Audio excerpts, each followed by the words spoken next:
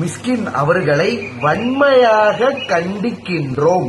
Director மிஸ்கின் அவர்களை கிட்டத்தட்ட பாத்தீங்கன்னா நேற்று பிரஸ் மீட்ல பாத்தீங்கன்னா ரொம்ப அநாகரிக வார்த்தைகளை பயன்படுத்தி இந்த ஊடகங்கள் வழியா பேசுனதை வச்சு டைரக்டர் மிஸ்கின் அவர்களை வன்மையாக கண்டிக்கின்றோம். கிட்டத்தட்ட 2 நாளா எனக்கு நிறைய பேர் மெசேஜ் அனுப்பிச்சுக்கிட்டே இருக்காங்க, சார் இந்த டைரக்டர் பேசுற பேச்ச பாருங்க அப்படின்ட்டு. அதுல பாத்தீங்கன்னா டைரக்டர் மிஸ்கின் சார், நீங்க பாத்தீங்கன்னா சமுதாய சீர்திருத்த படங்களை எடுக்கணும். நிறைய பேருக்கு நீங்க அட்வைஸ் பண்ணுவீங்க தவிர நாங்க உங்களுக்கு அட்வைஸ் பண்ண கூடாது. உங்களோட வயசுக்கும் ஓகேங்களா, சோ 50 வயசுக்கு மேல ஆயிடுச்சு. உங்களை குறை சொல்றதுக்காக சொல்லவில்லை, நீங்க எல்லாருக்கும் முன்னோடியாக திகழணுமே தவிர நீங்க பாத்தீங்கன்னா அடுத்தவங்க அறிவுரைப்படுத்துற மாதிரி நடந்துக்கிறவே கூடாது. ரொம்ப அநாகரிக வார்த்தைகளை பிரஸ் மீட்ல பேசியிருக்கீங்க. இதெல்லாம் பாக்குறப்ப மனசுக்கு ரொம்ப சங்கடமா இருந்துச்சு. ஆக்சுவலா நான் ஒரு பிசியோதெரபி மருத்துவர், ஓகேங்களா. சோ நாங்களே பாத்தீங்கன்னா பொதுமக்கள்கிட்ட பேசுறப்ப இன்டர்பர்சனல் ரிலேஷன்ஷிப் எல்லார்ட்டையும் மரியாதையா தான் நாங்க பேசி பழகுவோம். நீங்க பாத்தீங்கன்னா பிரஸ் மீட்ல கொஞ்சம் கூட மரியாதையே இல்லாம, ஓகேங்களா, ஒரு பையனை நடிக்க சொன்னா கோத்தா கும்மால அவனை மூஞ்சில குத்துவேன் இப்படியா பேசுறது? ஏங்க டைரக்டர் மிஸ்கின் சார்ட்ட கேட்கிறேன், உங்களை பாத்தீங்கன்னா இந்த மாதிரி பேசுறதுக்கு, அசிங்கமான வார்த்தையில பிரஸ் மீட்ல பேசுறதுக்கு வன்மையாக கண்டிக்கின்றோம். இது என்னங்க வார்த்தை? இந்த வார்த்தை உங்க வயசுக்கு ஏற்ற மெச்சூரிட்டியா? நீங்க படிச்சிருக்கீங்களா, படிக்கலையா, படிச்ச பட்டதாரியா? உங்களுக்கு நாகரிகம்னா என்னன்னு தெரியுமா? சபை நாகரிகம்னா என்னன்னு தெரியுமா உங்களுக்கு?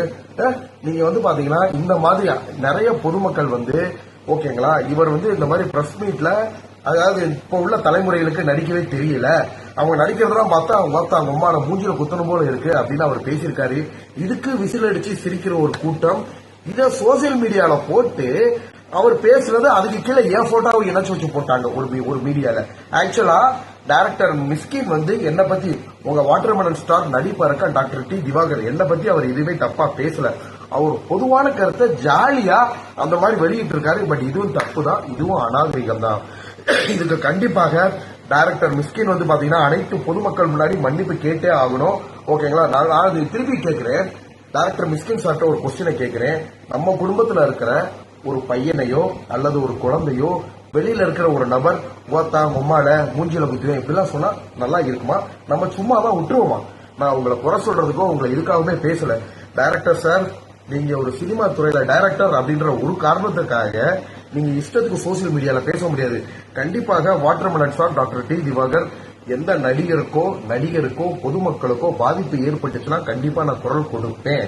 ஓகேங்களா, ஒரு இளைய தலைமுறையை நீங்க ஊக்கப்படுத்தலாம். இந்த மாதிரி முடங்குற மாதிரி பேசவே கூடாது. ஓகேங்களா, ஒரு இளைய தலைமுறையை நடிக்க தெரியாதவங்களே நடிக்க வச்சு மேடை ஏற்றுறவங்க தாங்க சிறந்த டைரக்டர்.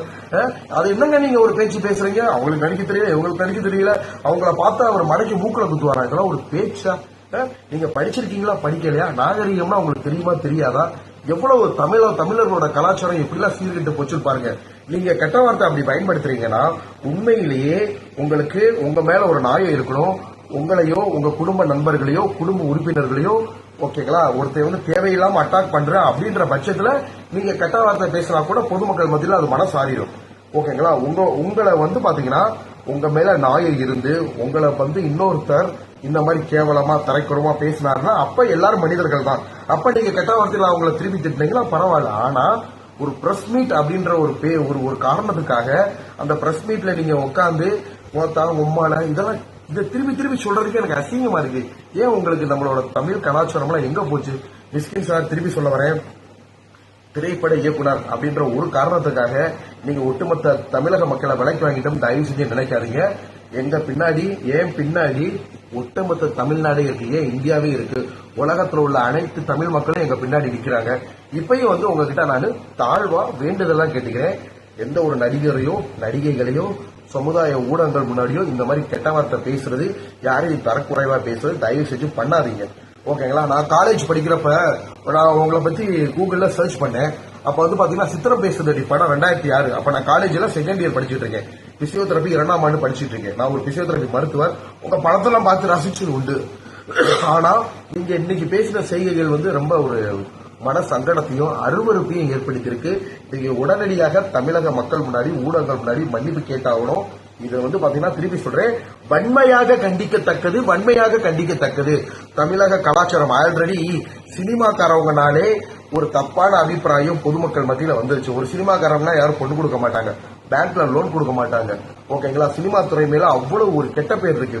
நீங்க திருப்பியும் இந்த மாதிரி சினிமா, அதாவது ஒரு மீடியா முன்னாடி அசிங்கமா பேசுறதுனால எங்களை போன்ற படிச்ச பட்டதாரிகளே அது பாதிக்கும். நாங்கெல்லாம் முறையா பிசியோதெரபி மருத்துவம் படிச்சு மருத்துவரா இருக்கோம். ஏன் சினிமா துறையில நாளைக்கு ஒரு பெரிய சூப்பர் ஸ்டார் கூட ஆகலாம். ஒரு பெரிய பாத்தீங்கன்னா இப்ப இருக்க வாட்டர்மெலன் ஸ்டார். அப்ப எங்க மாதிரி போன்ற நபர்களையும் மதிக்க மாட்டாங்க. நிறைய பேர் படிச்ச நபர்கள் சினிமா துறையில இருக்காங்க. சோ அவங்களுக்கும் பாத்தீங்கன்னா அவப்பெயர் வைக்கிற மாதிரி உங்களோட பேச்சுவார்த்தைகள் இருக்கு. சோ உடனடியாக நீங்க பாத்தீங்கன்னா மன்னிப்பு கேட்டாகணும். தயவு செஞ்சு என்னோட வேண்டுதலா கேட்டுக்கிறேன். சமூக ஊடகங்கள்ல மீடியாக்கள்ல பேட்டி கொடுக்கிற மாதிரி இந்த மாதிரி ஓத்தா உம்மால இந்த மாதிரி வார்த்தைகளை தயவு செஞ்சு அவாய்ட் பண்ணுங்க. தயவு செஞ்சு இந்த மாதிரி வார்த்தைகளை நீங்க யூஸ் பண்ணாதீங்க. திருப்பி சொல்ல வர உங்ககிட்ட ரெக்வெஸ்டா தான் கேட்டுக்கிறேன். மக்களுக்கு முடிஞ்சா நம்ம உதவியை செய்வோம், முடிஞ்சா நல்ல விஷயங்களை போதிப்போம். வளர்ற ஜெனரேஷனுக்கு, அதாவது உங்களை பார்த்துதாங்க ரோல் மாடல் நிறைய பேர் வருவாங்க. மிஸ்கின் சார் இன்னைக்கு இந்த மாதிரி பேசுறான்ட்டு இனிமே புதுசா வர்ற டைரக்டர் அசிங்கமா மீடியால பேட்டி கொடுக்க ஆரம்பிப்பாங்க. நம்மளும் இவர மாதிரியே வரணும்ட்டு. இதுக்கு நம்ம ஆளா இருக்கக்கூடாது. நாகரீகமாக, நவநாகரீகமாக, டீசென்டான முறையில உங்களோட கருத்தை மக்களுக்கு நீங்க தெரிவிங்க. அதை யார் வேணாம்ன்றாங்க. அதை விட்டு ஏன் இப்படி மூஞ்சியில குத்தி வேண்டதும் அசிங்க வார்த்தைகள் பயன்படுத்துறது இது உங்களுக்கே நல்லா இருக்கா?